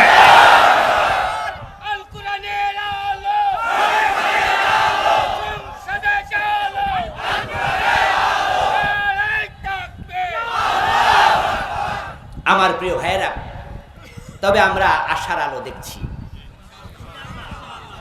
আল্লাহর সাহায্য আমাদের কাছে কিছুটা এসেছে, বাকিটার জন্য আমরা অপেক্ষা করছি। আমাদের মন বলছে আগামীর সংসদ কোরআনের সংসদ হতে পারে ইনশাআল্লাহ। যেটা আমরা ডাকসু জাকসু রাকসু চাকসুতে দেখলাম, আমরা এতটা কল্পনা করি নাই যে দেশের যুবকেরা ইসলামের প্রতি এতটা ঝুঁকবে। আল্লাহ তাআলা আমাদেরকে বুঝাচ্ছেন, তোমরা তো মাথা তুলে দাঁড়াও। এদেশের ইসলামপন্থী সব দল যদি এক হয়ে যায়, তাহলে যারা ইসলামপন্থী না বিজয়ী হতে পারবে না। কিন্তু মাঝে মাঝে দেখবেন যে মাছ ধরতে গেলে জালের মাঝে মাছ পড়ার পরেও মাছ বাইরে যায়, হয়নি মাঝে মাঝে? হ্যাঁ, আরে ভাই জালের তলে লড়ছেন, ধরার পরেও ছুটতে যায়। আল্লাহ আমাদেরকে কাছে এনে দিচ্ছেন যে জাহাঙ্গীরনগর বিশ্ববিদ্যালয়ে ইসলামের নাম নেওয়া যেত না। জাহাঙ্গীরনগরকে বলা হয় বাতিলদের আতুর ঘর, বামদের আতুর ঘর, বামদের জন্মস্থান। আমি সাভারে ছিলাম 14 বছর, একটি মসজিদের খতিব ছিলাম জাহাঙ্গীরনগরের পাশেই। কত ডজন ডজন বার ইউনিভার্সিটিতে বিভিন্ন কাজে গিয়েছি, বিকালবেলা ঘুরতে যেতাম, অতিথি পাখি দেখতে যেতাম। ওই জাহাঙ্গীরনগর ইসলামের নামে কোনো সাবজেক্ট নাই, ইসলামিক স্টাডিজও নাই, ইসলামের ইতিহাসও নাই, আরবি সাহিত্য তো বহু দূরের কথা। সেখানে যত সাবজেক্ট সব নন ইসলামী, সেখানে বাম রামের জন্মস্থান। কিন্তু কিছুদিন আগে সংসদ নির্বাচনে সেখানেও বিপুল ভোটে ইসলামওয়ালারা বিজয় হয়েছে। এটাই প্রমাণ দিচ্ছে আগামীর বাংলাদেশ ইসলামের বাংলাদেশ হবে। কিন্তু আমরা ইসলামওয়ালারা যদি ঐক্যমত হতে না পারি তাহলে ধরা মাছও ছুটে যেতে পারে। আমরা কিছু কিছু হুজুরকেও দেখতে পাচ্ছি টুপি মাথায় দিয়া, পাগড়ি মাথায় দিয়া, ওরা ওদের সাথে দেন দরবার করতেছে। আরে গোপালপাড়া মুসলমান, তোমরা যেই আলেমেরা এবার সুযোগ পাওয়ার পরেও নিজেরা এক হতে পারো না, যদি বাংলাদেশ ইসলামী রাষ্ট্র এবার না হয়, কোরআনের সংসদ না হয়, ওই দালাল আলেমগুলো আজীবন চিহ্নিত হয়ে থাকবে। ওদের বিরুদ্ধে আমরা আল্লাহর আদালতে মামলা দেব। আমরা কোনো দলের বিজয় চাই না। আমরা আপনাদেরকে বলবো না অমুক দলকে ভোট দেন, এটা আমি মাহফিলে কমপক্ষে বলবো না। কিন্তু কোরআনের পক্ষে দেন এটা তো বলা যাবে নাকি? এটা আমাকে বলতে হবে। কোরআন সবার, কোরআন কোনো ব্যক্তির না। কোরআনের পক্ষে সবাই মিলে চলে আসেন, তাই তো হয়। কেন আপনি আসবেন না? ডক্টর কামালের লেখা সংবিধান কি কোরআনের চেয়ে দামি? কোরআনের কাছাকাছি? তুলনা দেওয়া উচিত? বোঝানোর জন্য বলছি। কোরআন থাকতে আবার কেন আপনি বাংলাদেশের মানুষের আইনের সংবিধানের দিকে যাবেন? নবীজি সাল্লাল্লাহু আলাইহি ওয়াসাল্লামকে আল্লাহ দায়িত্ব দিলেন তিনি যেন দিনের বিজয় করে যান। মক্কায় 13টি বছর তিনি চেষ্টা করলেন। মক্কায় 13 বছর চেষ্টা করার পরে মক্কায় কি কোরআনের বিজয় হয়েছিল নাকি? শিক্ষিত ভাইরা কথা বলেন না, হয়েছিল? হয় নাই। অথচ রাসূলের জন্মস্থান কোথায়? নবীজি মক্কায় ছিলেন 13 বছর, নবুয়ত হলো মোট 23 বছর, মদিনায় ছিলেন 10 বছর, 3 বছর বেশি ছিলেন কোথায়? জন্মস্থান কোথায়? কোরআনের মাঝে সূরা আছে 114, তার মাঝে 86টা নাজিল হয়েছে মক্কায়, মাত্র 28টা নাজিল হয়েছে মদিনায়। তো সূরাও বেশি নাজিল হলো মক্কায়। নবীজি 3 বছর বেশি ছিলেন মক্কায়। আবু বকর, ওমর, ওসমান সহ 4 খলিফার জন্মস্থান কোথায়? প্রথম 10 জন জান্নাতি সাহাবী 10 জনের জন্মস্থান কোথায়? অথচ ইসলাম বিজয় হয়েছে কোথায়? মদিনায়। কেন? কারণটা কি? কারণ হচ্ছে মক্কার মানুষেরা কোরআন বিরোধী ছিল অধিকাংশ। মক্কার যে সংসদ ভবন সেটার নাম ছিল দারুন নাদওয়া। ওই দারুন নাদওয়া আবু জাহেলের নেতৃত্বে চলছিল। সেখানে বসে তারা মিটিং করে সিদ্ধান্ত নিছে লা তাসমাউ লিহাদাল কোরআন, এ কোরআন সংসদ ভবনে ঢোকা দূরের কথা, কোরআন শুনতেও যাওয়া যাবে না। وقال الذين كفروا لا تسمعوا لهذا القرآن, কাফেররা সিদ্ধান্ত নিছে এ কোরআন শুনতে যাওয়া নিষেধ। ওয়াল গাউফি, এবং তারা একটা সিদ্ধান্ত নিছে যেখানে কোরআন তেলাওয়াত হবে, কোরআনের আলোচনা হবে, সেখানে গন্ডগোল লাগাইতে হবে। এই আয়াতের দিকে তাকাইলে মনে হয় যেন গত 5 বছর আগে নাজিল হয়েছে, কারণ গত 5-7-10 বছর আগে কত মাহফিল বন্ধ করছে, ঠিক না? 144 ওয়াজ করতে গেলে জুতার তলা ক্ষয় হয়ে যেত, টিউনো আর ডিসি অফিসে দৌড়াইতে কত নেতা ফাতি নেতার কাছে যাওয়া লাগতো। তারপরে আবার কইতো যে হুজুর কারে দাওয়াত দিছে তালিকা দাও। কোন জায়গায় হুজুরের আইডি কার্ডও চাইতো। আবার মাহফিলের দাওয়াত দিছে চাঁপাইনবাবগঞ্জ। আমি দূরের মাহফিল এমনি কম রাখি, সব ঢাকার আশেপাশেই করি। তো চাঁপাইনবাবগঞ্জ অনেক দূর, রাজশাহীর ওদিকে দাওয়াত রাখি না। একজন অনুরোধ করে তা দিলাম, ঠিক আছে ওকে। কয়দিন পরে আমার ফোন দিয়ে বলছে হুজুর আপনার আইডি কার্ডটা একটু ফাটান। তা আমি জিজ্ঞাসা করলাম মানে কি? হুজুর হোয়াটসঅ্যাপে দেন। কেন? ডিসি সাহেব সাইজ। আমি তখন বললাম দোস্ত আমি চাকরির ইন্টারভিউ দিতে যাব না তোমার এলাকায়, যে আমার আইডি কার্ড দেখাইয়া তারপরে যেতে হবে, তোমার মাহফিল ক্যান্সেল। আল্লাহ যেদিন সুযোগ দেয় সেদিন আসবো। এই জালেমদের অধীনে মাহফিল দরকার নাই। আমি মাহফিলটা ক্যান্সেল করে দিয়েছিলাম। প্রিয় ভাইয়েরা আমার, মক্কার আবু জেহেলরা কোরআনের মাহফিল বন্ধ করে দিত। এই গত ফ্যাসিস্ট জালেমদের চরিত্রের মাঝে আবু জেহেলের চরিত্র পাওয়া যায়। আল্লাহর জমিনে আল্লাহর কথা বলবো বেটা, তোদের অনুমতি নিতে হবে। তোরা কারা? আর আমরা যারা মাহফিল করে, আমরা কি দেশে ঘর জামাই? আমরা কি ভাড়াটিয়া? এদেশে কি আমরা পাসপোর্ট করে থাকি? তো তোদের অনুমতি কেন নিতে হবে? এই যে আজকে এত সুন্দর মাহফিল হয়েছে, এখানে কি ডিসি টিউন ওদের কাছে দৌড়াদৌড়ি করা লাগছে? কিচ্ছু লাগে নাই, প্রয়োজন নাই। জমিন আল্লাহর, কথা হবে কার? ওরা জমিনটাকে জবরদখল করেছিল 15-17 বছরের জন্য। আল্লাহর জমিনে আল্লাহর কথা বলতে দেয় নাই, আল্লাহ রাগ হয়েছে, তাই জমিনে তাদেরকে থাকার অধিকার আল্লাহ ক্যান্সেল করে দিয়েছে।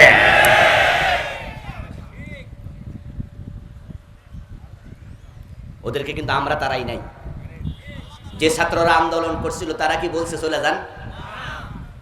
তারা প্রথমে বলেছে সংস্কার, কোটা সংস্কার, পরবর্তীতে বলছে এক দফা পদত্যাগ করুন। সর্বশেষ আন্দোলনটা ছিল পদত্যাগ, শুরু হয়েছিল কোটা সংস্কার। তারা কিন্তু কেউ বলেনি আপনি দেশ থেকে চলে যান। বলবে বা কেন? আপনি তো দেশের নাগরিক, এখানেই আপনি থাকবেন, অন্যায় করলে জেল হবে, কয়েকদিন পর আবার মুক্তি পাবেন। কিন্তু আপনাকে পালাইতে বললো কে? পালাইতে বলেছে ওয়াকারুজ্জামান, তার আত্মীয়। সে বলেছে পালাও, থাকা যাবে না।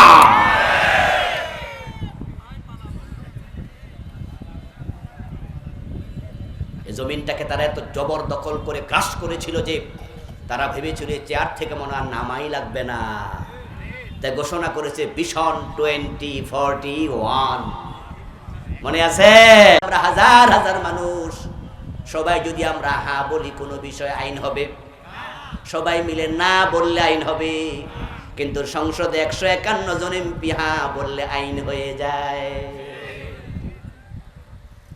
এজন্য যদি আমরা দেশটাকে ইসলামী আইনে সাজাতে চাই, কোরআনের পক্ষে হা বলার মতো লোক সেখানে পাঠানো দরকার আছে না নাই? আল্লাহর ইশারায় নবীজি সাল্লাল্লাহু আলাইহি সাল্লাম হিজরত করে মদিনায় রওনা দিলেন। নবীজি মদিনায় রওনা দিয়া মনে মনে ভাবেন, যদি মদিনায় যাইয়া দেখি আরেক আবু জেহেল মদিনার সংসদে বসে আছে, আমাকে কোরআন নিয়ে সেখানেও ঢুকতে দেয় না, তার হিজরত করে লাভটা কি? মানুষের মনের খবর সবচেয়ে বেশি জানেন কে? আমার আল্লাহ জিবরিলকে পাঠাইয়া একটা দোয়া শিখাইয়া দিলেন, ও নবী আপনি আমার কাছে সেই দোয়াটা করেন, ওয়াকুর রাব্বি আদখিলনি মুদখালা সিদকিন ওয়া আখরিজনি মুখরাজা সিদকিন ওয়াজআললি মিন লাদুনকা সুলতানান নাসীরা। আওয়াজ দিয়া সবাই বলেন সুবহানাল্লাহ। কি চমৎকার দোয়া শিখাইলেন।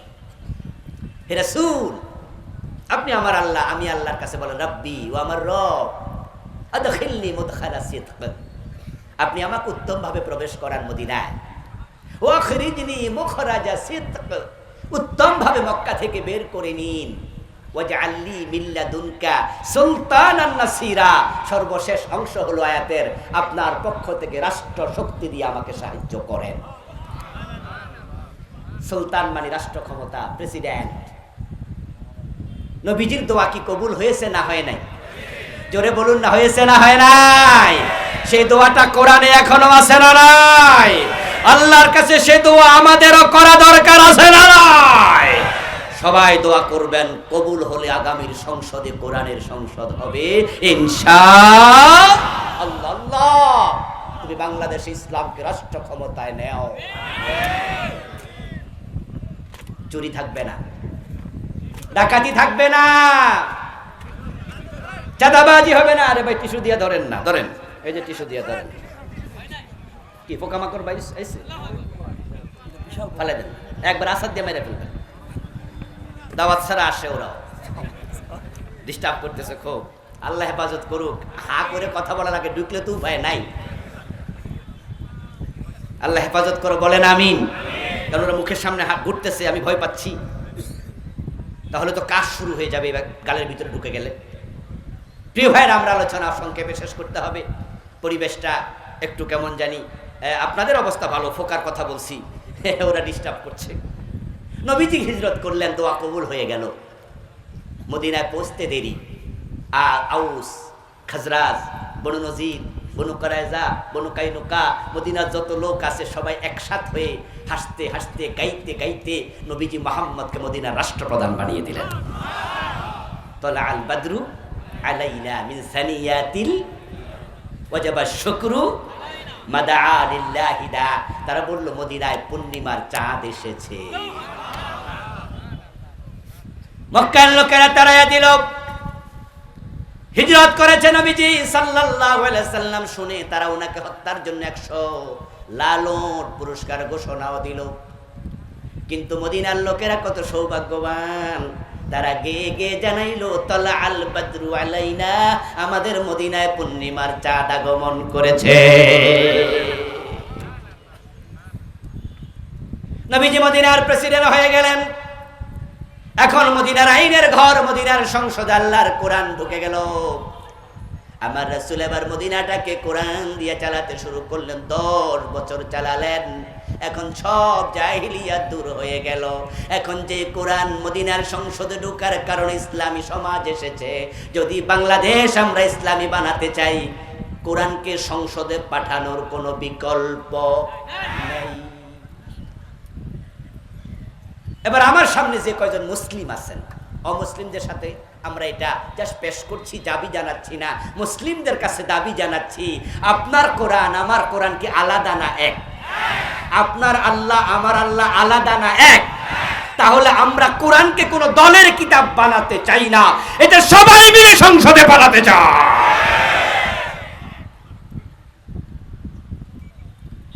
নির্দিষ্ট দলকে ঠিকাদারি দিয়েন না। আমরা কোনো দল ঠিকাদারি নিতেও চাই না। এটা এক দলের কাজ না। এক দল করছে, 2 দল করছে, 54 বছরে হয় নাই। এটা বড় কাজ, তাই সবাই মিলে করতে হবে। ওয়াতাসিমু বিহাবলিল্লাহি জামিআন ওয়ালা তাফাররাকু। প্রিয় ভাইরা, কোরআন যখন সমাজে আসবে তখন নামাজের ওয়াজ আর করা লাগবে না আজকের মতো। ইসলামী রাষ্ট্রের মৌলিক দায়িত্ব 4টা। আল্লাযীনা ইম্মাক্কান্নাহুম ফিল আরদি আকামুস সালাহ।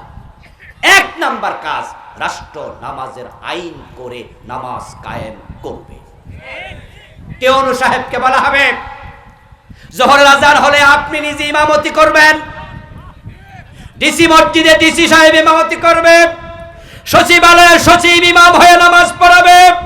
নবী মুহাম্মদ বাইতুল মুকাররমের খতিব হতেন, যদি বাংলাদেশে তিনি আসতেন, তিনি মদিনার মসজিদের খতিব ছিলেন। আবু বকর ওমর রাষ্ট্রপ্রধান, মসজিদের খতিব। বাংলাদেশের প্রেসিডেন্ট হবে বাইতুল মুকাররমের খতিব। প্রিয় ভাইয়েরা, যখন বিভিন্ন অফিসে আদালতে নামাজ জামাতের সাথে শুরু হবে, টিওন অফিসে যদি টিওনও হয় প্রধান, তিনি হয় ইমাম। ডিসি অফিসে ডিসি হয় ইমাম। ওই অফিসগুলোতে ঘোষের লেনদেন আর হবে না, নিজে নিজে বন্ধ হয়ে যাবে। নিজে নিজে বন্ধ হয়ে যাবে। ইন্নাস সালাতা তানহা আনিল ফাহশাই ওয়াল মুনকার ওয়া যিকরুল্লাহি আকবার। প্রিয় ভাইয়েরা, মাদক থাকবে না। মদ বন্ধ করা তো বাংলাদেশে 6 মাসও লাগবে না। এটা হলো সবচেয়ে ইজি কাজ।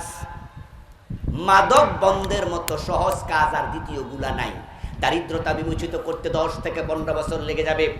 জাকাত ভিত্তিক অর্থ ব্যবস্থা চালু হবে, দেশের টাকা বিদেশে পাচার করা বন্ধ করা হবে। যখন উত্তম ব্যবস্থাপনায় অর্থনৈতিক লেনদেন হবে, দেশ দিনে দিন উত্তর বৃদ্ধি পাবে, সমৃদ্ধি পাবে।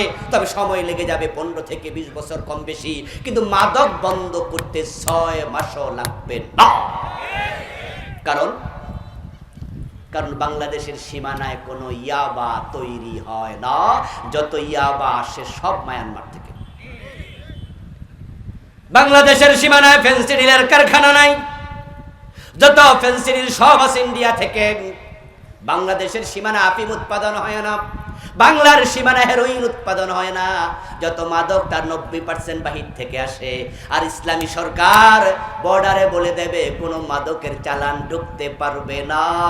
টিওনোকে ওসিকে বলে দেয়া হবে তোমার থানায় মাদকের বোতল পাওয়া গেলে তোমার চাকরি থাকবে না, 6 মাসও লাগবে না, মাদক বন্ধ হয়ে যাবে।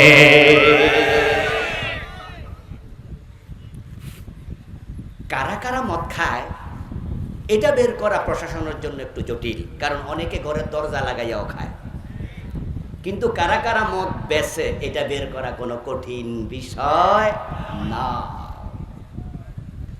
এই জন্য প্রশাসন যদি চায় গোয়েন্দা বিভাগকে কাজে লাগাইয়া যারা মাদকের চোরা কারবারি তাদেরকে ঠ্যাঙ্গায়া সোজা করে দেবে, এরপর আইন হয়ে যাবে। এরপরেও যদি মদ কেউ খায় 80 বেদ চালু করা হবে, পিঠের চামড়া থাকবে না। খেলার নাম মায়ের উপর ঔষধ নাই। 6 মাসে মাদক বন্ধ হবে। কিন্তু বাংলাদেশে কেন মাদক বন্ধ হয়নি? কারণ হচ্ছে আমাদের দেশে মাদক বন্ধ করার চিন্তাই সরকার করেনি। রাষ্ট্রীয়ভাবে মাদকের বিরুদ্ধে যে অফিসটা বানাইছে এটার নাম দিছে মাদক নিয়ন্ত্রণ অধিদপ্তর। আমরা কি নিয়ন্ত্রণ চাই না নির্মূল চাই? কথা বলতে হবে তো। নিয়ন্ত্রণ চাই না নির্মূল চাই? তোরা তো অফিসে বানাইছে নিয়ন্ত্রণ, মানে কিছু কিছু খাও।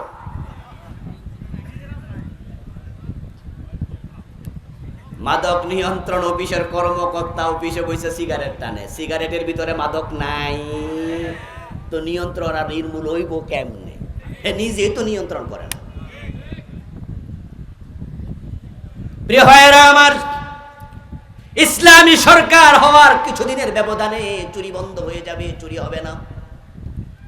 কারণটা কি? কেন হবে না? চোর ধরে হাত কাটা শুরু করে দেব বুঝি? না না না, ইসলাম আসার পরে চোর ধরে হাত কাটবে না, আগে যাকাত চালু করবে। আল্লাযীনা ইম্মাক্কান্নাহুম ফিল আরদি আকামুস সালাহ, এরপরেরটা হলো আতাউজ যাকাত। যাকাত চালু যদি হয়ে যায় তখন গরিবের ঘরে ঘরে আমরা যাকাতের টাকা পৌঁছাবো, অভাবে পড়ে কেউ আর চুরি করা লাগবে না।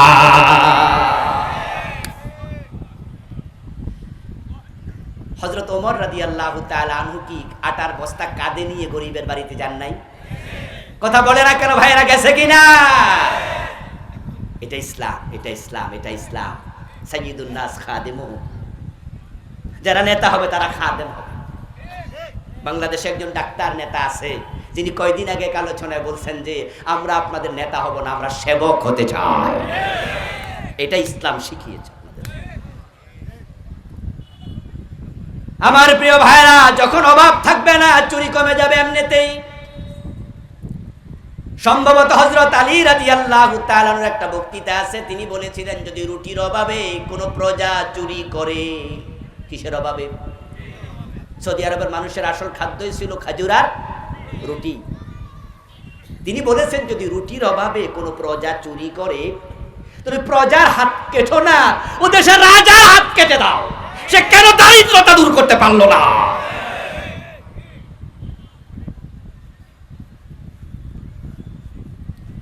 আচ্ছা, এবার বলুন তো, সবাই কি অভাবে চুরি করে? কিছু লোক কি স্বভাবে চুরি করে না? যেমন বড় বড় অফিসাররা চুরি করে অভাবে না স্বভাবে? এবার বলুন তো, এই জালেমগুলোর হাত কাটা দরকার আছে না নাই? এই জালেমগুলোর হাত কাটা শুরু হয়ে যাবে। অনেকে বলে হুজুর বলেন কি, হাত কাটলে ভাত খাইবো কেমনে? ওরে বাবা, এত মায়া কেন? এই জালেমের জন্য এত মায়া কেন যে মানুষের মুখের ঘাস কেড়ে নেয়, অন্যের টাকা কেড়ে নেয়, তাকে আমরা খাওয়ার অধিকার দিতে পারি না।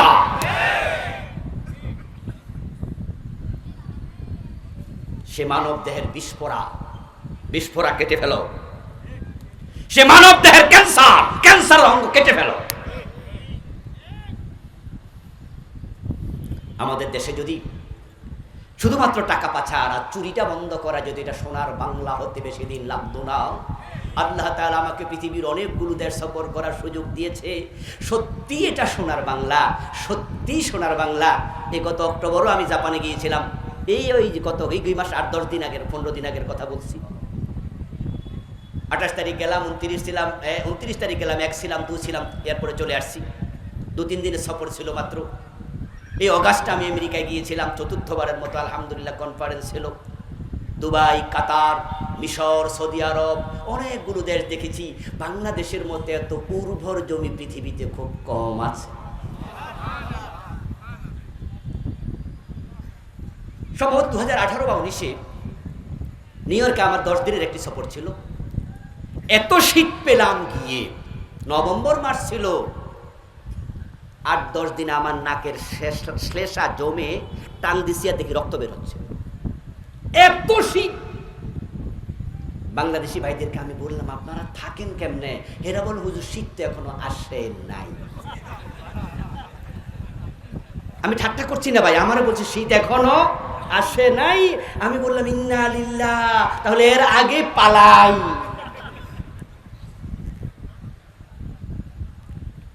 3 থেকে 4 মাস, এমন হয় 5 মাস বরফের নিচে থাকে। 8 থেকে 10টার বেশি অঙ্গরাজ্য বরফ ঢাকা থাকে 3 থেকে 4 মাস, 5 মাস। 2023-এ টার্কিতে গিয়েছিলাম, তুরস্কে। জাস্ট বুঝাচ্ছি সোনার বাংলা, প্রসঙ্গ আসছে। কেন হবে না সোনার বাংলা?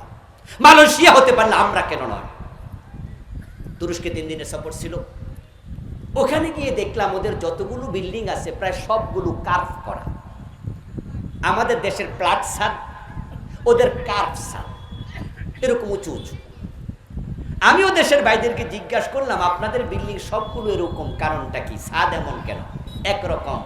বলল, হুজুর 3 থেকে 3.5 মাস, 4 মাস বরফে ঢাকা থাকে। এত বেশি বরফ পড়ে, তাই সূর্যের আলোতে পরে আস্তে করে শীতকাল কেটে গেলে বরফ গলতে সহজ হয়, তাই ছাদ এভাবে দেয়া। আমি আমেরিকায় জিজ্ঞাসা করেছিলাম, টার্কিতেও জিজ্ঞাসা করেছিলাম, ওই 3-4 মাস আপনারা কি খান? তারা বলল, হুজুর খাবারের কি অভাব আছে? খাবার তো আমাদের জমা করা থাকে, সরকার জমা করে রাখে। ওই 3-4 মাস স্পেশাল সার্ভিস দেয়। আমরা ঘর থেকে বের হতে পারি না, বরফ থাকার কারণে দরজা খোলা যায় না। সরকারের গাড়ি এসে দরজা খুলে দেয়, বরফ গলাইয়া, তারপরে খাবার আমাদের প্রয়োজনে দিয়ে যায়। খাবারের কোনো অভাব নাই। আমি আশ্চর্য হলাম, সোনার বাংলাদেশ, বরফ নাই, গরম নাই, কত মজা, এরপরও আমাদের কত লোক খাবারই পায় না।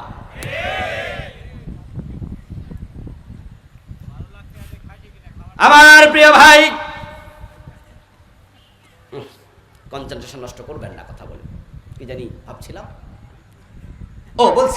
ভাবছিলাম যেটা, সেটা হচ্ছে দুবাইতে, সৌদি আরবে যারা গেছেন, ও দেশে দেখবেন যে রাস্তার পাশে গাছ আছে। একটু খেয়াল করে দেখবেন, গাছের তলার মাঝে পানির পাইব। সকালে একবার পানি দেয়, বিকালে আরেকবার পানি দেয়, না হয় গাছ মরে যায়। এরপরও তারা ধনী দেশ। আর আমার দেশের মাটি সোনার চেয়েও খাঁটি।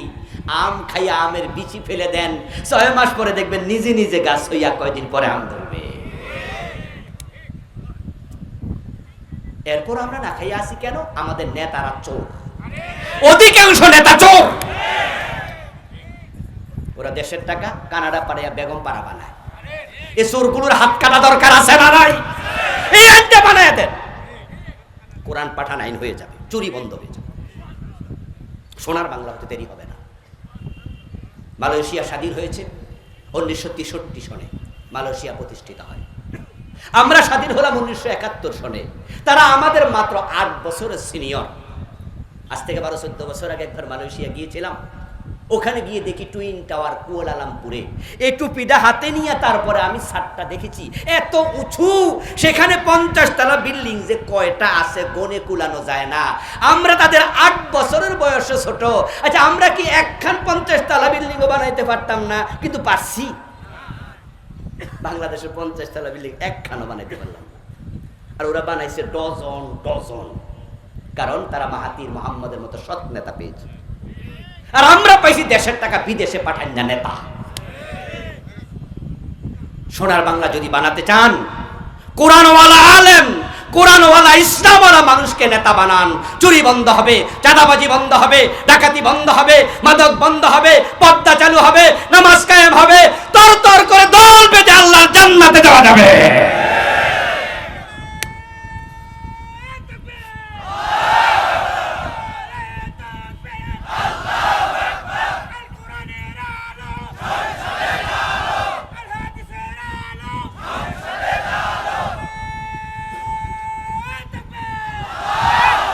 আমার প্রিয় ভাইরা, ইসলাম অর্থ কি? শান্তি, আত্মসমর্পণ, এর মাঝে শান্তি। যদি ইসলামের কাছে আমরা আসতে পারি, শান্তি নিশ্চয়ই কায়েম হবে। আল্লাহ নবীজি যে ইসলামের বিজয় করেছে, আমরা সেই ইসলামটারই বিজয় করতে চাই। বাংলার জমিনকে তুমি ইসলামের জন্য কবুল করো। সবাই জোরে বলেন আমিন। হাযা মা ইনদি ওয়াল ইলমু ইনদাল্লাহ আলাইহি তাওয়াক্কালতু ওয়া ইলাইহি উনীব। প্রিয় ভাইরা, আমরা সংক্ষেপে দোয়া করে যাব। সভাপতি সাহেব কিছু কথা বলবেন, তারপরে দোয়া হবে ইনশাআল্লাহ। আর আমার গাড়িটা ওখানে আছে, ড্রাইভার সাহেব আছে, যারা নিতে চান বইগুলো পাবেন। 8টি বই নবীজির জীবনের উপরে।